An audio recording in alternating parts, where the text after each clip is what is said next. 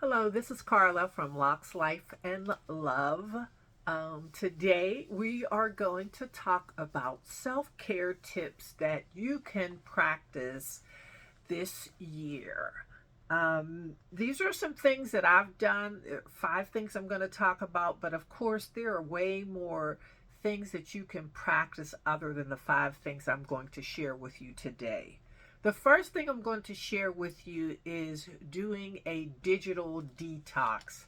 I actually had to spend some time last year uninstalling some apps that were no longer serving purpose in my life. That's the best way I can say it.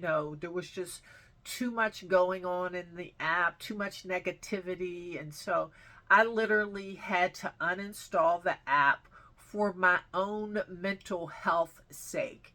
And I think that's something that all of us have to decide to do for ourselves. Is this something that is serving purpose in my life? Am I benefiting from this?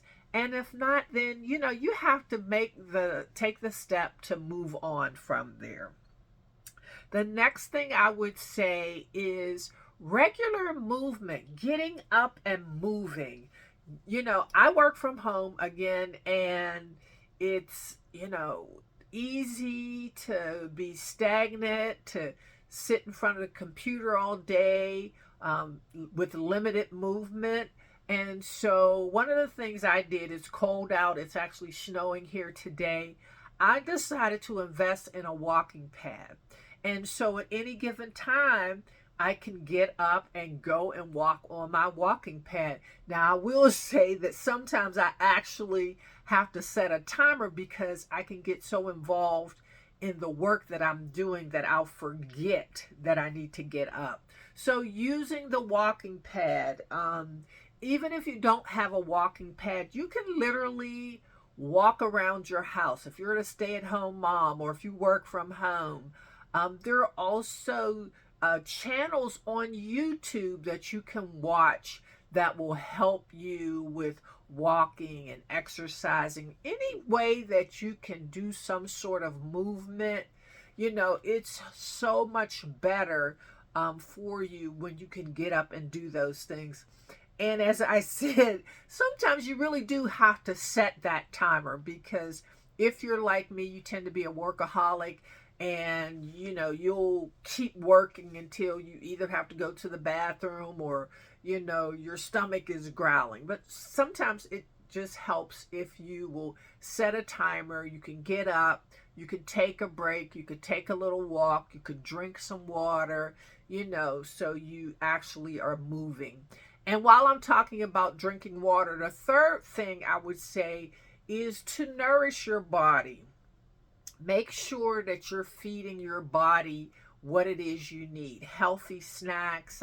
Like I said, I'm a snacker. I like to snack. I don't always snack on the healthiest things, but I do know that if I'm going to snack, I really need healthy things around me to keep me moving. And when I say nourishing your body, what I'm really talking about is giving your body what it needs.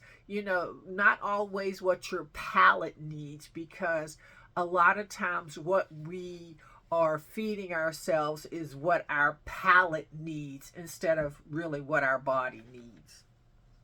The fourth thing that I will talk about is the mental health practices.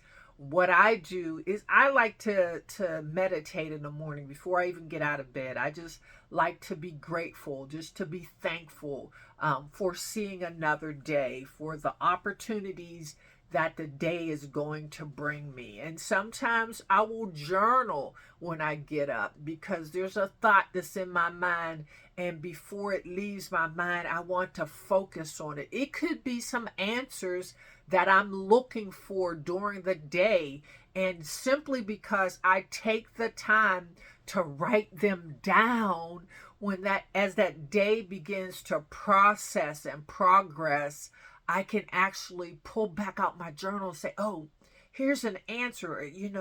This suits this thing right now, and let me utilize what I wrote down this morning to help me to navigate my way. So I am a firm believer that getting up early and setting the course for your day really matters in how you walk through the rest of your day. And the last thing that I want to talk about, or the number 5, is setting boundaries. I have talked about this for so long. People probably get tired of me talking about boundaries. But one thing I know is without a boundary, people will walk over you. And as they should, because if you don't take the responsibility over your own life to decide what will or won't happen with you, how will anybody else know? People know what we teach them. And so I think it's so important that we set those boundaries. I used to tell a story, and that story was, if you have someone who calls you on a regular basis, and you know after about 15 minutes of talking to this person, the conversation is going to go off the rails, then you need to set a timer for how often you have that conversation with that person. Set it so like in 10 minutes, you're wrapping up the conversation. You're not giving them time to go down that road. Or if you see the person calling and you know what, today's not really a good day because I don't feel like having to tell her, I don't feel like talking anymore. So I'm just not going to answer the phone. I'm going to let the phone go to voicemail. I don't know about you, but I have people who will call me and I don't answer the phone, and then they'll send a text. Well, look, if I didn't answer the phone, I'm not answering the text either, because I think some people think, oh, well, because you didn't answer the phone, you'll answer my text. No. If this is a boundary that you're setting for yourself, then the way to get people to respect your boundary is by keeping that boundary no matter what happens. And I believe that in addition to these 5 things that I've shared with you, there are so many more tools and strategies that we could use to care for ourselves in 2025. And again, as I said, number 1 is doing a digital detox. Number 2 is regular movement. Number 3 is nourishing your body. Number 4 is mental health practices. And number 5 is setting boundaries. I believe these will give us a great start as we launch into 2025. And just put one of these practices a day into your life. Add that one thing today, which is, I'm going to make sure I set boundaries today. Or I'm going to uninstall an app today because every time I look at this, there's nothing here that is motivating me. Or if I'm not going to uninstall it, then you know what? I'm not going to look at it today. And take that 24 hours and give it to yourself of making sure you're detoxing from that space. Or movement. Get up and move today. If you're sitting at home, working from home, or you're still on vacation from the holidays, take time. Set your timer on your phone and get up every 20 minutes and move. Get up while you're moving and also nourish your body. Drink some water. Do what is needed to keep yourself healthy mentally, spiritually, emotionally. And I believe when we practice these things on a regular basis, we can spend this year in a more healthier place than we were last year. Please subscribe to my channel. Thank you to those who have already subscribed. Please know that I appreciate you. Please hit that like button, that share button. And I am on this 30-day challenge, and I'm continuing it for the next few weeks.